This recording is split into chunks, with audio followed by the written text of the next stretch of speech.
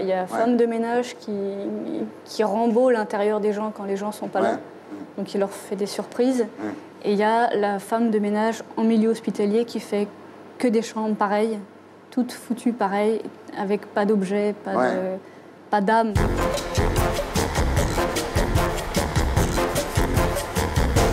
Isor, bonsoir.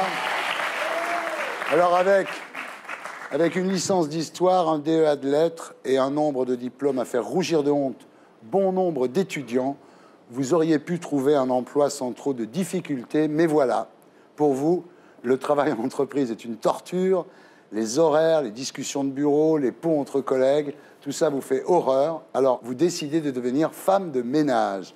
Oui, je suis femme de ménage et fière de l'être, dites-vous. Oui.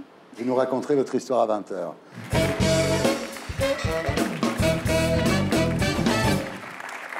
Isor, rebonsoir. Vous êtes née à Rennes le 26 novembre 1982, aînée d'une famille de 3 enfants, père cheminot, mère aide-soignante.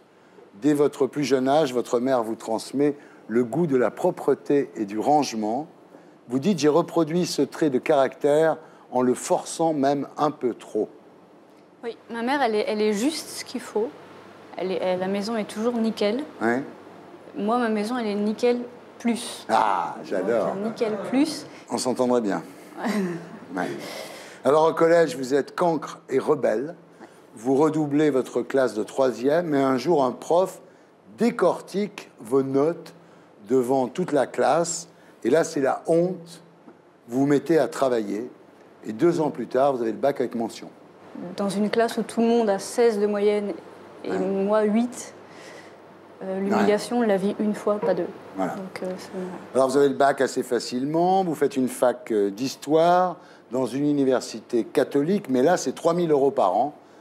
Alors, un jour, votre mère rentre du supermarché avec une petite annonce, c'est quand il y a les petites languettes, là. Pour aller faire le ménage, c'est une certaine Madame Séguin. Et alors, elle a arraché toutes les languettes. Effectivement, je l'ai eu, et du coup, le job. Voilà. Ce qui est très drôle dans votre livre, en fait, c'est la description des appartements où vous faites le ménage. Alors là, vous dites, c'est un salon style Conforama 70, avec le grand meuble en mélaminé marron et la vitrine pleine de merdouilles. Le salon, on met des trucs, des coupes de foot, des vieilles photos de mariage, des trucs pas spécialement beaux, mais qu'on ne veut pas jeter, en tout cas. Ça vous intéresse. Ouais. Alors, vous travaillerez 5 ans chez Madame Séguin. Ensuite, vous travaillez chez les Toupet. Alors là, il y a 3 adolescentes. Vous dites, je deviens ramasseuse de cheveux, repasseuse de linge transparent. Et alors, il y a une urne à l'entrée, une urne bleue, dans laquelle il y a les cendres du berger allemand. J'ai jamais touché, en fait. J'ai même pas ouvert le truc. Enfin, pas l'urne, mais le placard en lui-même, je l'ai laissé. Mais nous, on a les cendres de Pascal Sevran, là. Non, mais c'est vrai. Bah, j'y toucherai pas. Ah, n'y touchez pas. Alors, en plus du ménage, faites du babysitting. Et donc, à la fin de l'année scolaire, votre mère vous propose un job d'été lucratif et stable, mais moins drôle, aide-soignante dans une clinique. Et là, vous devenez femme de ménage en milieu médical. Et vous dites plus clairement nettoyeuse de vomi, de sang et de merde. Ouais, c'est pas du tout le même boulot, en fait. Il y a femme de ménage qui remballe l'intérieur des gens quand les gens sont pas là. Donc, il leur fait des surprises. Et il y a la femme de ménage en milieu hospitalier qui fait que des chambres pareilles, toutes foutues pareilles, avec pas d'objets, pas d'âme. Voilà, c'est hyper mécanique. C'est comme l'usine, quoi. Il y a rien de sympa. Là, vous vous dites quand même, je vais poursuivre mes études parallèlement, parce que quand même là, c'est... Hein? Ouais, en fait, je me suis retrouvée là tous les étés, et c'est ce qui, à chaque fois, me faisait reprendre mes études. Et un jour, on vous dit qu'à Paris, une femme de ménage peut toucher jusqu'à 30 € de l'heure. Quand on aime ça, c'est le luxe. Alors, vous tombez d'abord sur un petit couple un peu bobo. Vous touchez 14 € de l'heure, ce qui est pas mal. Hein. Et vous dites, j'avais presque envie de leur dire que c'était trop. Ben oui, parce que l'habitude, c'est 8 €, 9 € brut. Et là, elle me dit 14 €, est-ce que ça vous va? J'ai envie de lui dire oui, en même temps, je sais pas, c'est trop peut-être. Et j'ai rien dit, hein, j'ai pris. Alors, une semaine plus tard, vous trouvez un autre job chez une actrice. Et là, vous prenez vraiment goût à votre vie de bonne, quoi. Vous dites, j'adore quand les gens s'extasient parce qu'ils n'ont jamais vu leur intérieur aussi pimpant. Ça vous plaît? Ah, moi, j'adore. En plus, j'adorais son appart. J'aimais la façon qu'elle avait d'avoir une maison, quoi, de mettre sa vie dans les murs. Ouais. Et je trouvais ça génial. Et en plus, c'était hyper propre. Donc... Alors malheureusement, la suite ne sera pas à l'image de vos débuts parisiens, parce que l'actrice fait un enfant, elle devient tyrannique. Vous travaillez chez une certaine Christine, qui a 5 chats, et les poils qui vont avec. Alors là, c'est l'odeur, c'est épouvantable. C'est l'odeur, c'est les poils qui volent, ils retombent jamais. Enfin, je ne sais pas où ils vont. Donc pour les attraper, pour les nettoyer, on ne peut pas, parce que on le soulève, ils s'envolent, ils retombent mal. Si vous ouvrez les fenêtres, elle a peur que les chats se suicident. Parce que ces chats étaient un peu bêtes et qu'ils risquaient de sauter. Alors, ça ne sera pas plus drôle quand vous travaillerez dans un centre d'action sociale avec des personnes âgées, souvent handicapées, victimes d'AVC ou d'Alzheimer. Alors, il y a une vieille dame, on en rit, mais c'est terrible, une vieille dame qui a Alzheimer qui vous demande toutes les 10 minutes d'où vous venez. Ouais, puis qui est impressionnée parce que je viens de Paris. Ouais. En fait, elle habite en proche banlieue, donc que ça étonne quelqu'un qui habite à Marseille. Mais là, elle habite juste à côté. Donc... Ouais. Là, vous tombez aussi sur une Algérienne sexagénaire qui vous traite comme une esclave. Hein. Ouais.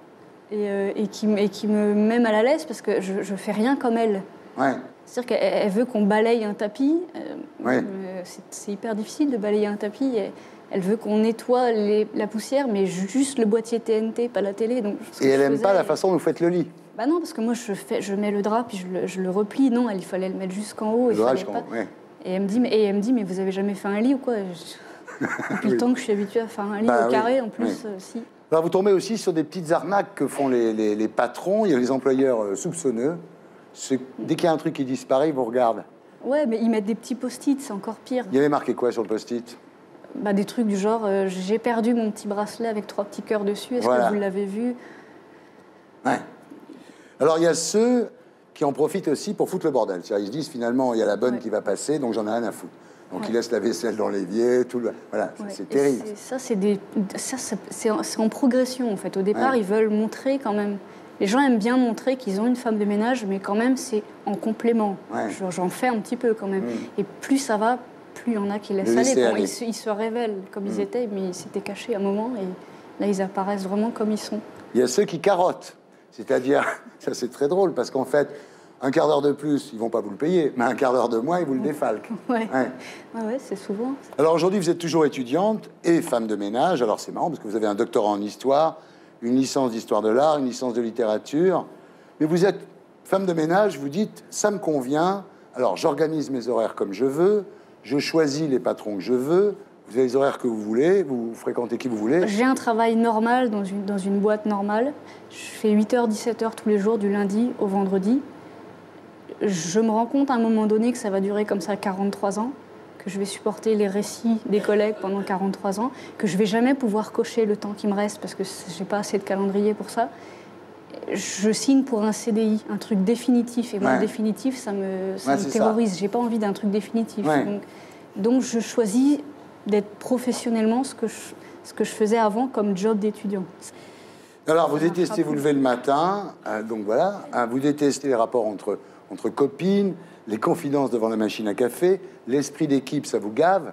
Donc voilà, donc finalement, là, vous avez trouvé un... Je suis toute seule. J'ai pas de patron, ils sont pas là, ils me confient leurs clés, je suis toute seule. Vous êtes vraiment révolutionnaire. Hein. Vous êtes à contre-courant, en tous les cas, de tout ce que tout le monde recherche. Exactement. Mais je pense pas être la seule. Il y a beaucoup de gens que la routine, qu'elle soit au bureau, même si on est super bien payé, ça peut énerver des gens et on peut se retrouver à un boulot qui n'est pas forcément valorisant, mais où on se sent bien. Oui, c'est ça. C'est-à-dire vous vous foutez de la valeur sociale de votre boulot, en fait. Je me fous complètement de la valeur sociale. J'ai de l'ambition, j'en ai jamais eu. Visiblement, j'en aurai jamais. Et du coup, l'envie d'argent qui va avec, je l'ai pas non plus. Si j'en ai, c'est bien. Si j'en ai pas, je fais avec. Mais je me suis pas créé un univers où je suis obligée de bosser pour réussir, pour avoir de l'argent. Ce qui compte, c'est... Alors, c'est vrai que je pense pas à l'avenir, du coup, mais ce qui compte, dans mon cas à moi, étant donné ma psychologie à moi, ce qui compte, c'est que je sois bien là, maintenant. Aujourd'hui, demain... Jean-Luc, si tous les Français étaient comme ça, la France serait plus facile à diriger, non? Non? C'est assez spécial, hein? C'est spécial, hein? Non, la partie que j'en retiendrai de positif, c'est que ça décrit un métier dont il n'est jamais question. Bon, vous le prenez bien, il vous plaît, vous l'avez choisi. Faut pas perdre de vue que beaucoup de gens le subissent, que le SMIC, c'est 9 € brut, que 14 € c'est beaucoup. Le côté après, c'est un choix de vie qui est assez exceptionnel. Ouais. Honnêtement, pour nous tous, c'est du gâchis. Parce que si vous êtes docteur, si vous êtes licencié, vous pouvez donner aux autres quelque chose qui vous a été donné à vous-même. Vous pourriez le mettre en partage, vous ne le faites pas. Bon, c'est votre vie, vous faites ce que vous voulez, et moi, je ne vais pas vous dire ce qu'il faut faire de votre vie. Pas encore. Mais il ne faut pas... non, mais juste simplement ça, quoi. Pensons à tous ceux qui le font et qui ne sont pas docteurs. On est d'accord. Et qui n'ont pas choisi, et qui n'ont pas des horaires continus, et qui ont des enfants à charge, et qui sont maltraités. C'est aussi ce que j'ai envie de faire passer quand je fais la promo de ce livre, c'est que moi, j'ai choisi. Parfois, je l'assume, parfois, je l'assume pas. C'est pas toujours facile, parfois je déprime, parfois ça va. Mais je pense aussi à toutes celles qui font ce boulot par obligation, parce qu'elles n'ont pas de diplôme. Ouais. Je pense à toutes celles qui ont des familles, alors que moi j'ai fait le choix de ne pas en avoir. Je pense à tous ceux, parce qu'il y en a des garçons aussi, qui ne sont pas aidés, qui n'ont pas de famille derrière. Moi, dès que je suis dans la merde, on m'aide.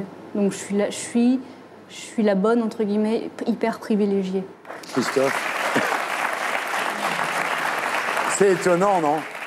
Non, mais c'est vrai qu'on peut considérer qu'il y a une forme de gâchis du point de vue de ce qu'on peut donner à la société, mais en même temps, échapper au déterminisme, c'est une forme de liberté. Ouais, voilà, tout à fait.